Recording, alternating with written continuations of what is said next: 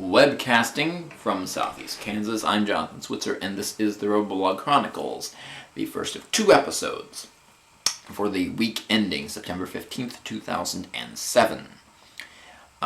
This week's topic, of course, will be the big budget Robotech movie coming through Tobey Maguire's Maguire Entertainment and Warner Brothers. That news broke just at the same time as I was doing last week's show, so I was not aware of it until the following morning. So we're going to talk about it now. We don't really know much about it, of course, because it is so early in the production process. We know Tobey Maguire is eyeing the lead role, which we all assume to be Rick Hunter, because we all assume this to be a Macross movie because it is, of course, the most popular generation of Robotech. It is the first generation of Robotech. It is where the story begins. Now, the one obstacle to doing that would be the ongoing litigation between Tatsunoko Productions and Big West out there in Japan, which would prevent the Robotech movie from coming out in Japan, which is a pretty big market and makes the companies, all the studios, a lot of money.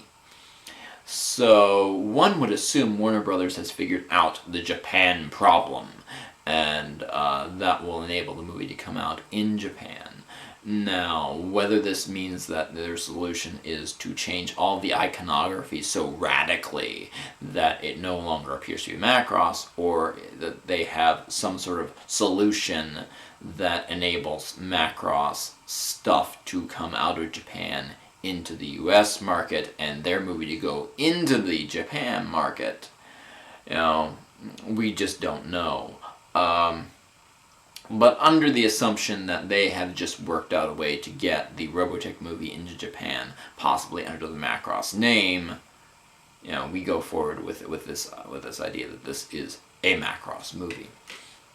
Now, I've talked to various people about this all through Friday, all through Saturday, so I've got a lot of ideas rambling through my head.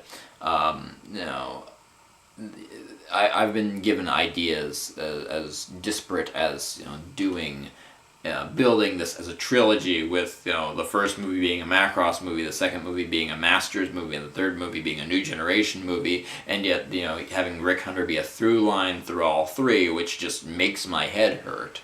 All the way down to just doing Booby Trap, which of course is like 25 minutes. So I eventually talked to my friend, who suggested this, and we figured out, no, it's Booby Trap through Blitzkrieg. Okay, that would work. That would create a nice character arc. That would make a nice arc, from Rick Hunter amateur pilot to Rick Hunter, fighter pilot. And, even really thinking that one through, I came to this notion that why not have that be the through line, amateur pilot to fighter pilot, and also do Minmei's arc, and basically put Miss Macross, or, in this day and age, Macross Idol, maybe. Make that be her endpoint at the end of the movie, have that sort of juxtaposition of, Rick having his first action and Minmei becoming a star at the same time. I think that would work beautifully. And then you could do this as a trilogy of Macross movies.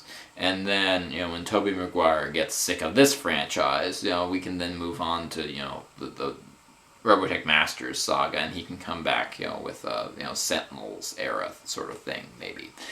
I don't know. It's all up in the air, of course. But if this is going to be a Macross movie, I think we can take a look at one thing to tell us how and how not to do a Macross movie, and that is the Macross movie, Macross Do You Remember Love, which I have never been a fan of, because it totally screws up all the characters. And none more so than not just the characters, but the relationships between the characters, the relationship between Hikaru Ichijo, Rick Hunter and Robotech, and Lynn Minmei. Let us examine for a minute the a relationship between Rick and Minmei in the Macross saga. Rick and Minmei start off just as a couple of kids. Rick, a 19-year-old hotshot amateur fighter pilot, amateur pilot, and Minmei, a 15-year-old with a lot of these big dreams of becoming a singer, a star, and as she says, a bride. And they meet on the fields of war here and get lost in the SDF-1.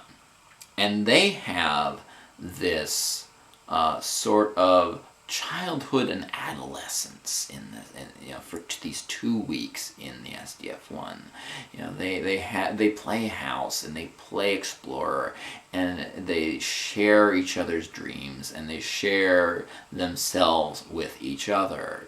They talk a whole lot. And of course, as Minmei says later, nothing happens, but they do grow close, they do fall in love, they almost kiss.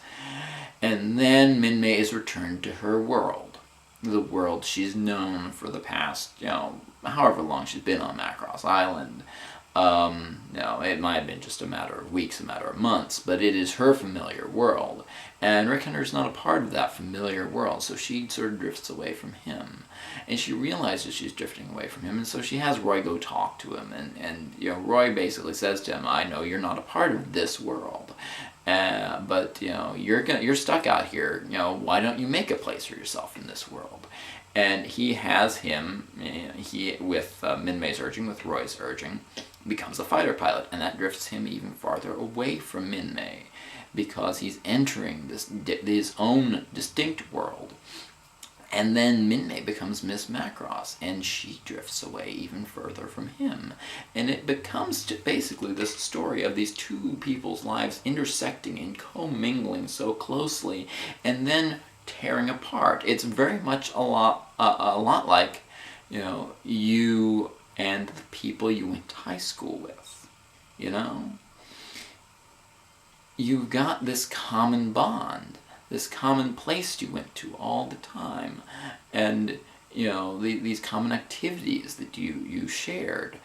But then you go off to college, and this person goes off to this different college, and this person goes off to this other different college, and then from college you all go into all these disparate jobs, and your lives become so separated, so that when you are reunited, you talk to each other and you realize, oh my god, I have nothing in common with this person anymore. And that's Rick and Minmei's relationship by the end of the Macross saga. When he and Lisa are standing together, they are a part of this world, and she's standing over here, and Rick's saying, someday you'll understand, and Minmei's like, no, I'll never understand. I cannot fathom your way of thinking. You are too different from me now. I don't get it. I don't understand. And of course, we can always, laugh and say, oh, it's because Minmei's just so stupid, she'll never understand. But no, she's just such a totally different person now than what Rick is, that she can't understand Rick and Lisa's way of thinking. She's incapable of it. She is a singer. She is in the entertainment industry, and they're in the military, and they understand these military things. They understand this way of thinking.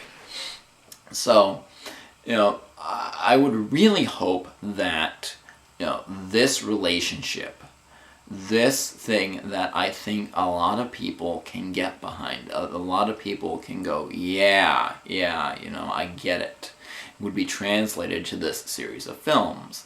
I don't want, Rick as the fighter pilot and Minmei as the star at the outset. That's, that becomes, Rick looking up at Minmei and then attaining his, dream, idol singer girl, and, and her sort of slumming with the fighter pilot because, he's not, the kind of guy she's used to.